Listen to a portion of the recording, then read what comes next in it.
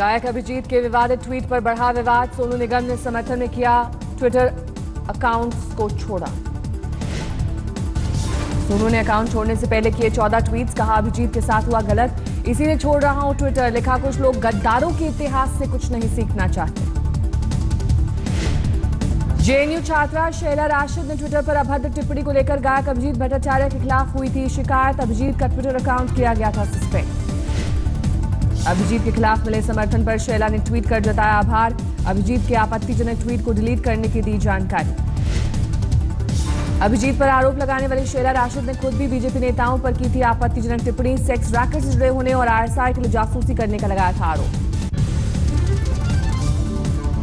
योगी सरकार के सामने एक और कानून व्यवस्था की चुनौती। मायावती की रैली के बाद सहारनपुर में फिर भड़की हिंसा। सुलग उठा शब्बीरपुर गांव। सहारनपुर के शब्बीरपुर गांव में भड़की जातीय हिंसा में एक शख्स की मौत, 12 से ज्यादा लोग घायल। सहारनपुर के सरकारी अस्पताल में भर्ती। मायावती के जनसंपर्क अभियान के दौरान शब्बीरपुर गांव में जुट गई थी भारी भीड़।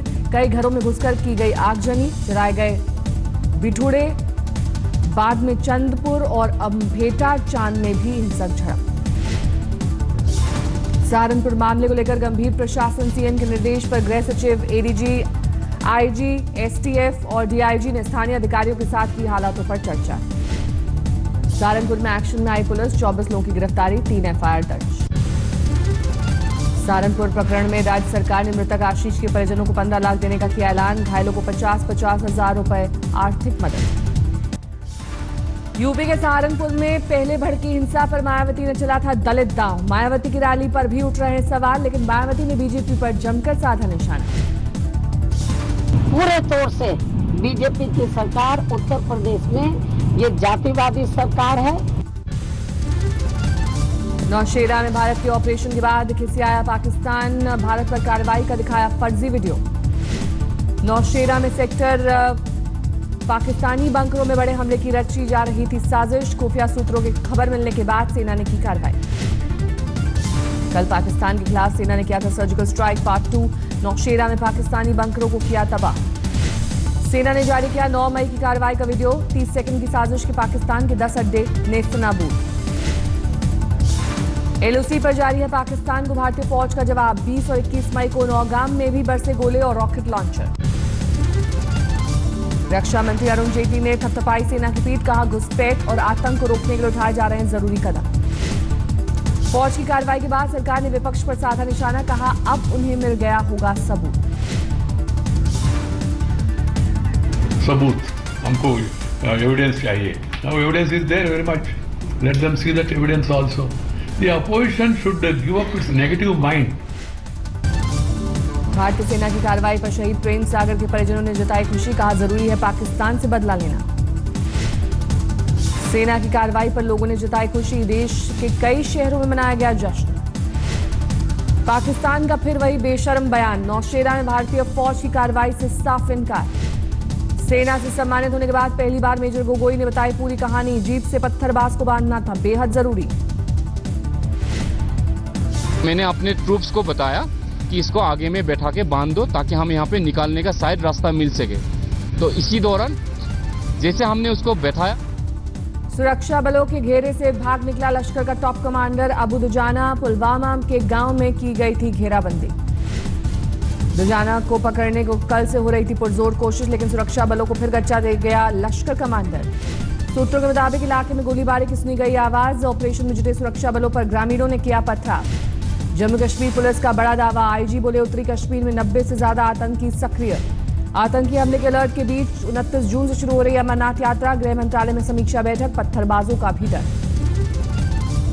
आज तक के ऑपरेशन हुर्रियत के बाद जांच में जुटी एनआईए अगले हफ्ते हुर्रियत नेता सैयद अली शाह गिलानी से कर सकती है पूछताछ। कई हुर्रियत नेताओं को भेजा गया समन। हुर्रियत नेता नईम खान एनआईए में श्रीनगर में फिर की गई पूछताछ। आज तक के स्टिंग में नईम ने पाकिस्तानी पैसे पर दहशत फैलाने का किया था कबूलनामा।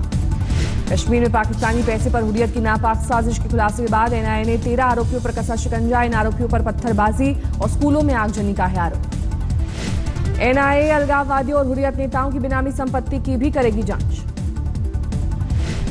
पाकिस्तान की लगातार उकसावे की हरकतों के बीच मोदी सरकार नई रणनीति पर कर रही है विचार। गृह मंत्री राजनाथ सिंह ने कश्मीर मुद्दे के लिए दीर्घकालिक रणनीति की ओर किया इशारा। कुलभूषण जाधव मामले में पाकिस्तान को पूर्व आईएसआई अधिकारी ने ही किया बेनकाब। Retired lieutenant general Amjad Shoaib ने जाधव को ईरान से पकड़ने का किया दावा। जाधव मामले में अंतर्राष्ट्रीय कोर्ट से पहली मात खाने के बाद पाकिस्तान नई वकीलों की टीम गठित की है। ये टीम 8 जून को अंतर्राष्ट्रीय कोर्ट में देगी याचिका। 30 जून को पाकिस्तान संसदीय दल की बैठक में कुलभूषण जाधव मामले पर करेगा चर्चा। जाधव मामले में पहले पाकिस्तान ने एकड़ी दिखाते हुए अंतर्राष्ट्रीय कोर्ट का फैसला मानने से किया था इनकार। कहा था आईसीजे को इस केस की सुनवाई का नहीं है अधिकार। सूत्रों के मुताबिक लंबे अरसे से पाकिस्तान में रह रहा था नबी शेख बांग्लादेश के रास्ते पहुंचा था पाकिस्तान। नबी शेख से कुछ धमाकों के जुड़े होने का अंदेशा।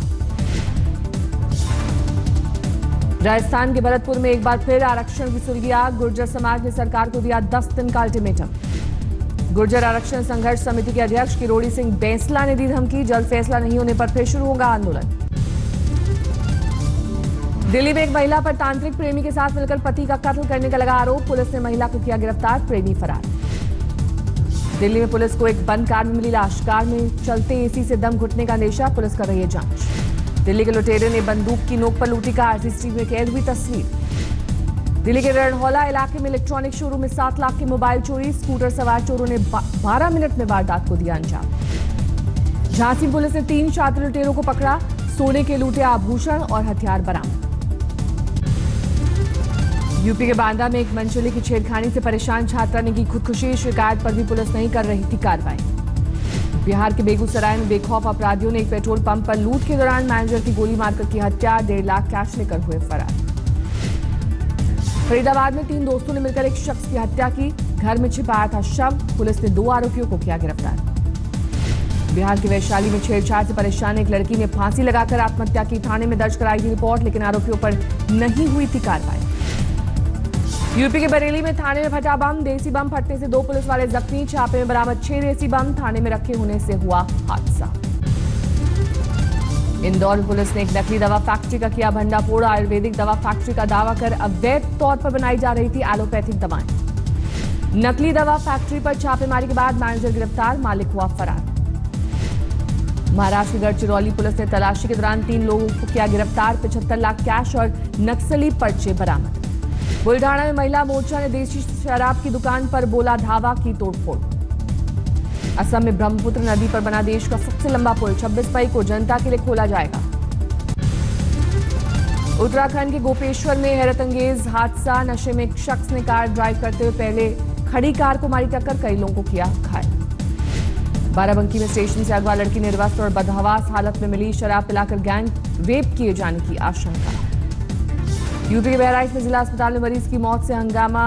सीएमएस ने आरोपी डॉक्टर पर कार्रवाई का दिया भरोसा। बहराइच में एक मंदिर में पुजारी की हत्या, तफ्तीश में जुटी पुलिस। आंध्र प्रदेश के चिंतापल्ली में 2 आदिवासी युवतियों से गैंगरेप। पुलिस ने केस दर्ज कर तफ्तीश में जुटी।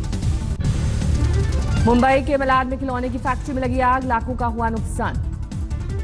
गाजियाबाद में चलती कार में लगी आग। NH 58 पर देर तक ट्रैफिक रहा जाम। राजस्थान के धौलपुर में जंगल में आग लगने से करीब 3 किलोमीटर का इलाका जलकर राख, कई जानवरों की हुई मौत।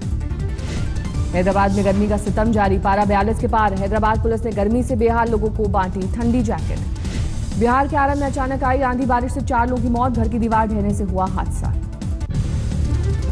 सोने की कीमतों में 235 रुपए प्रति तोले की गिरावट। 10 ग्राम सोने का भाव हुआ 28,915 रुपए।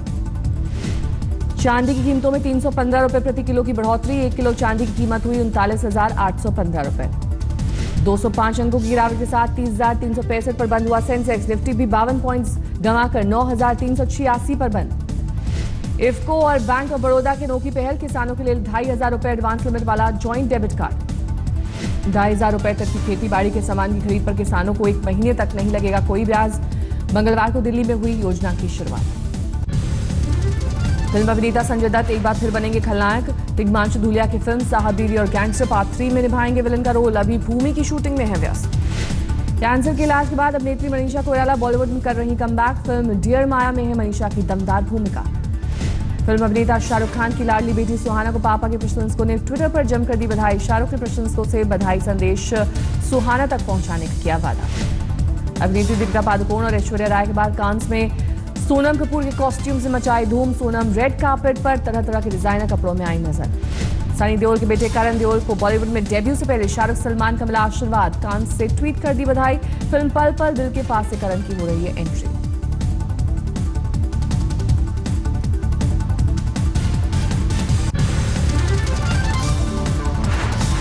टीम इंडिया चैंपियंस ट्रॉफी में हिस्सा लेने के लिए आज लंदन होगी रवाना। 1 जून से शुरू हो रही है चैंपियंस ट्रॉफी के मुकाबले। 18 जून को होगा फाइनल।